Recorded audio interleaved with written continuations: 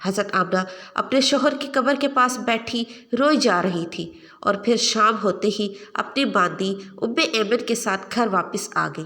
حضرت آمنہ نے 1 مہینہ اپنے میکے مدینہ میں گزارا اور پھر ایک دن اپنی ماں سے کہا کہ اماں جان، اب میں گھر واپس جانا چاہتی ہوں، آپ مجھے اجازت دیں۔ ماں سے اجازت لے کر حضرت آمنہ مکے کی طرف چل پڑی۔ اونٹنی پر سب سے آگے ہمارے حضور صلی اللہ علیہ وسلم بیٹھے ہوئے تھے، پھر حضرت آمنہ اور سب سے پیچھے ام ایمن۔ یہ 3 لوگوں کا قافلہ مکے کی طرف روانہ ہوا۔ ہمارے حضور صلی اللہ علیہ وسلم کے سارے ماموں اور خالائیں ان تینوں کو مدینہ کے باہر تک الوداع کہنے آئے اور پھر یہ 3 لوگوں کا قافلہ مکے کی طرف روانہ ہو گیا۔ 3 دنوں کے سفر کے بعد یہ قافلہ عرب کی سب سے بڑی ویران جگہ سے گزر رہا تھا۔ اس جگہ کا نام ابواء ہے۔ ہر طرف سناٹا ہی سناٹا تھا، ہر طرف جھاڑیاں، کالے سیاہ پہاڑ۔ شام کا وقت تھا اور اس ریگستانی ویرانے علاقے سے ان 3 لوگوں کا قافلہ مکے کی طرف چلتا جا رہا تھا۔ حضرت آمنہ جب سے اپنے شوہر کی قبر سے واپس آئی تھی تو ان کے دل پر بہت گہرا صدمہ لگا ہوا تھا۔ وہ بہت خاموش رہتی تھی۔ راستے پر وہ اندر ہی اندر آنسوؤں کے گھونٹ پی رہی تھی، لیکن اپنے اس معصوم بچے کے سامنے کچھ بھی ظاہر نہیں کر رہی تھی کہ کہیں میرے بچے کو کوئی تکلیف نہ ہو۔ ابواء کے مقام پر پہنچ کر اچانک حضرت آمنہ کے سینے میں درد اٹھا۔ انہوں نے حضرت ام ایمن کو فوراً بتایا کہ مجھے سینے میں درد ہو رہا ہے۔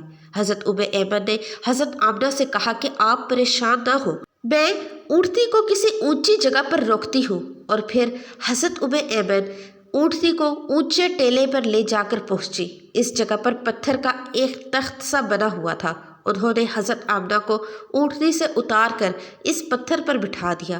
حضرت آمنہ کے بار بار سینے میں عجیب سا درد اٹھ رہا تھا۔ شاید انہیں اپنے شوہر کا غم بہت زیادہ ہو گیا تھا، اس لیے انہیں درد کا دورہ آ رہا تھا۔ حضرت آمنہ بار بار اپنا سینہ پکڑ رہی تھی اور درد کو روکنے کی کوشش کر رہی تھی، لیکن قدرت کو کچھ اور منظور تھا۔ ہمارے حضور صلی اللہ علیہ وسلم اپنی امی کو گھبرائی ہوئی نگاہوں سے دیکھ رہے تھے۔ وہ سمجھ نہیں پا رہے تھے کہ میری امی کو کیا ہو رہا ہے۔ حضور صلی اللہ علیہ وسلم کی عمر اس وقت صرف 6 سال تھی۔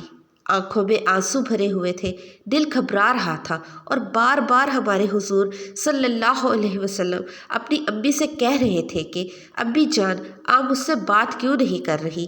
آپ خاموش کیوں ہو؟ مجھ سے بات کرو امی، مجھ سے بات کرو۔ حضرت ام ایمن حضرت آمنہ کے ہاتھ پیر دبا رہی تھی اور ان کے سر پر ہاتھ پھیرتے ہوئے کہہ رہی تھی کہ آمنہ، ہمت رکھو، تمہیں کچھ نہیں ہوگا، تم ٹھیک ہو جاؤ گی۔ لیکن حضرت آمنہ سمجھ چکی تھی کہ شاید اب جانے کا وقت آ چکا ہے۔ حضرت آمنہ درد کی وجہ سے بار بار اپنی آنکھیں بند کرتی اور کھولتی۔ حضرت آمنہ اپنے اس 6 سال کے بچے کو دیکھتی ہے اور دل ہی دل میں کہتی ہے کہ اب میرے اس یتیم بچے کا کیا ہوگا؟ میرے بچے نے اپنے باپ کا سایہ تو دیکھا ہی نہیں، اور اب میں بھی اسے چھوڑ کر جا رہی ہوں۔ نہ بہن ہے نہ بھائی ہے، میرا بچہ اب کس کے سہارے جیے گا؟ حضرت آمنہ درد کی وجہ سے بار بار آنکھیں بند کر لیتی ہے، لیکن ہمارے حضور صلی اللہ علیہ وسلم اپنی امی کو ہلاتے اور روتے ہوئے پوچھتے ہیں کہ امی جان، آپ کو کیا ہو رہا ہے؟ شاید حضور صلی اللہ علیہ وسلم بھی کچھ سمجھ چکے تھے کہ پھر بھی 6 سال کا بچہ کیا جانے کہ اس کی ماں کو کیا ہو رہا ہے۔ آج تک ہمارے حضور صلی اللہ علیہ وسلم نے کسی کو مرتے ہوئے نہیں دیکھا تھا۔ آخر حضرت آمنہ نے موت سے کچھ سیکنڈ پہلے سارا زور لگا کر اپنی آنکھیں کھولی اور اپنے 6 سال کے بچے کے سر پر ہاتھ رکھتے ہوئے کہا کہ بیٹا، پریشان نہ ہونا، اب میں جا رہی ہوں، لیکن ساری دنیا کو ایک ایسا بچہ دے کر جا رہی ہوں جو ساری کائنات کو روشن کر دے گا۔ اتنا کہہ کر حضرت آمنہ نے حضور صلی اللہ علیہ وسلم کا سر اپنے سینے پر رکھ لیا اور اپنی آنکھیں بند کر لی۔ حضور صلی اللہ علیہ وسلم نے محسوس کیا کہ میری امی کی کوئی آواز نہیں آ رہی، تو سر اٹھا کر دیکھا تو حضرت آمنہ وفات پا چکی تھی۔ حضور صلی اللہ علیہ وسلم اپنی امی کو ہلاتے رہے تھے اور کہہ رہے تھے کہ امی جان اٹھو، مجھ سے بات کرو، میں آپ کے بغیر کہیں نہیں جاؤں گا، میرا مکہ میں اس وقت آپ کے سوا کون ہے؟ ہمارے حضور صلی اللہ علیہ وسلم روتے ہوئے اپنی ماں کو اٹھا رہے تھے اور حضرت ایمن بار بار ہمارے حضور صلی اللہ علیہ وسلم کو دلاسا دے رہی تھی اور کہہ رہی تھی کہ بیٹا تمہاری امی اب ہم سب کو چھوڑ کر جا چکی ہے، وہ اب کبھی واپس نہیں آئے گی۔ ہمارے حضور صلی اللہ علیہ وسلم اپنی امی سے لپٹ کر رو رہے تھے اور ایمن سے کہہ رہے تھے کہ خالہ جان میری امی اٹھ کیوں نہیں رہی، وہ مجھ سے بات کیوں نہیں کر رہی، میں اپنی امی کے ساتھ مکہ جاؤں گا، میرا ان کے علاوہ کون ہے؟ ناظرین، وہ کیا خوفناک منظر ہوگا کہ مکہ مدینہ کی آبادی سے بہت دور ایک سنسان علاقے میں 6 سال کا بچہ اپنی ماں سے لپٹ کر رو رہا ہے اور اپنی ماں کو مرتے دیکھ رہا ہے۔ شاید اس دن آسمان کے فرشتے بھی رو رہے ہوں گے۔ ہمارے حضور صلی اللہ علیہ وسلم کے پاس صرف حضرت ایمن تھی جو کہ گھر کی نوکرانی تھی۔ گھر کی نوکرانی سے بھلا کیا دلاسا مل سکتا ہے؟ اگر اللہ چاہتا تو حضرت آمنہ کو مدینہ میں وفات دے سکتا تھا۔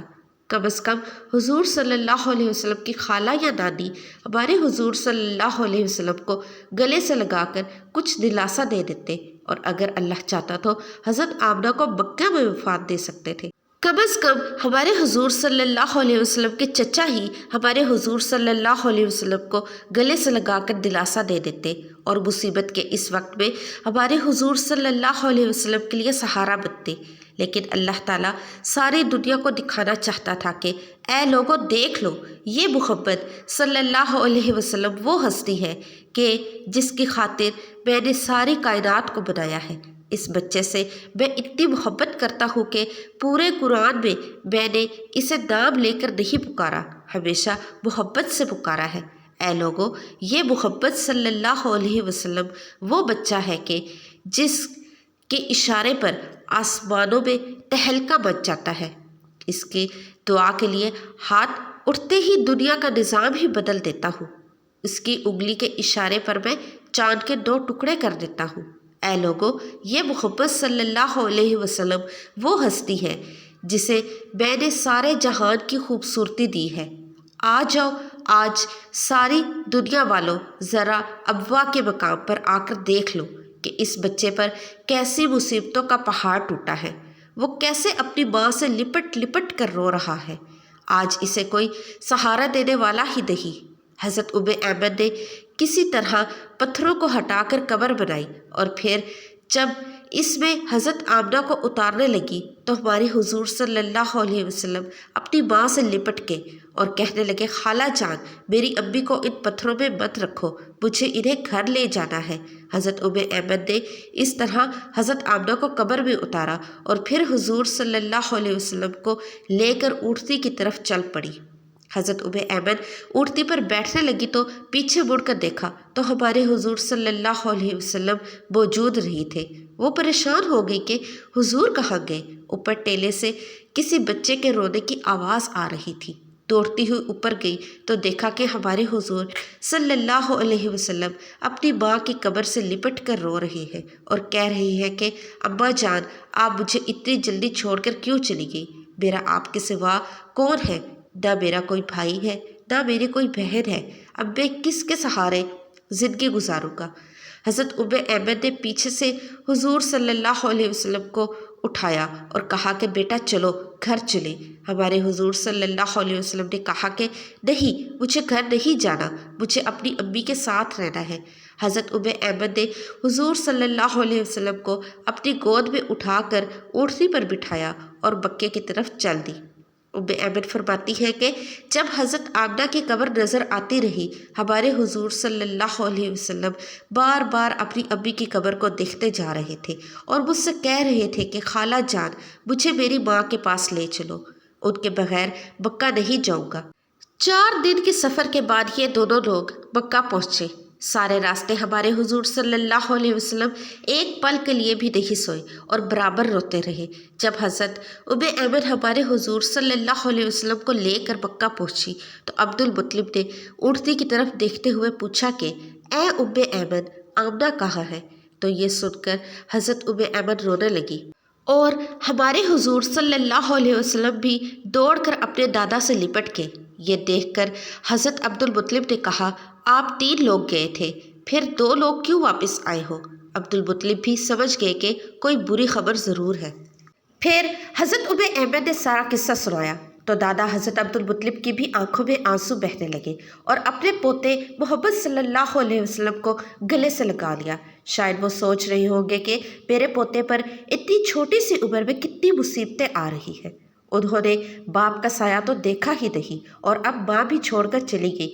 ہمارے حضور صلی اللہ علیہ وسلم کے سارے چچا پریشان تھے، ہر ایک کا چہرہ اداس تھا اور سب ہمارے حضور صلی اللہ علیہ وسلم کو دیکھتے جا رہے تھے کہ اس معصوم بچے کو بچپن ہی سے کیسے کیسے غموں کا سامنا کرنا پڑ رہا ہے۔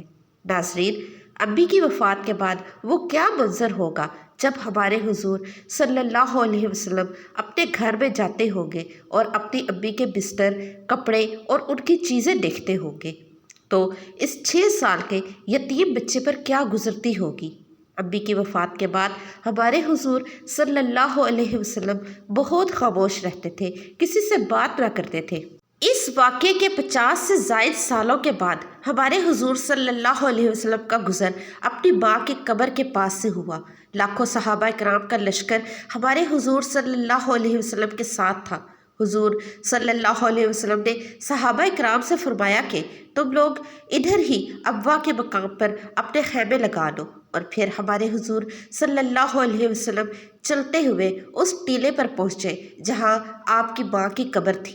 قبر پر پہنچ کر آپ اپنی ماں کی قبر سے لپٹ کر اتنا روئے کہ صحابہ کرام بھی اپنے آنسوؤں پر قابو نہ رکھ سکے۔ کئی گھنٹوں بعد قبر سے سر اٹھایا اور فرمایا کہ کاش میری ماں زندہ ہوتی اور میں ظہر کی نماز پڑھ رہا ہوتا اور ماں مجھے پکارتی محمد، تو میں نماز توڑ کر ماں کو جواب دیتا، جی امی جان۔ ماں کی وفات کے بعد دادا حضرت عبد المطلب نے پوتے کو اپنی کفالت میں لے لیا اور پھر حضور صلی اللہ علیہ وسلم اپنے دادا کے گھر زندگی گزارنے لگے۔ ناظرین، اللہ تعالیٰ سے دعا ہے کہ اللہ تعالیٰ ہمیں حضور صلی اللہ علیہ وسلم کی زندگی پر عمل کرنے کی توفیق عطا فرمائے اور میرا سنانا اور آپ کا سننا اپنی بارگاہ الہی میں قبول و منظور فرمائے اور ہمارا خاتمہ ایمان پر فرمائے، آمین یا رب العالمین۔ محترم ناظرین، ویڈیو اچھی لگی ہو تو لائک، سبسکرائب اور شیئر ضرور کیجیے گا اور کامنٹ سیکشن میں پیارا سا کامنٹ بھی کیجیے گا۔ ملتے ہیں نئی ویڈیو میں، تب تک کے لیے اللہ حافظ۔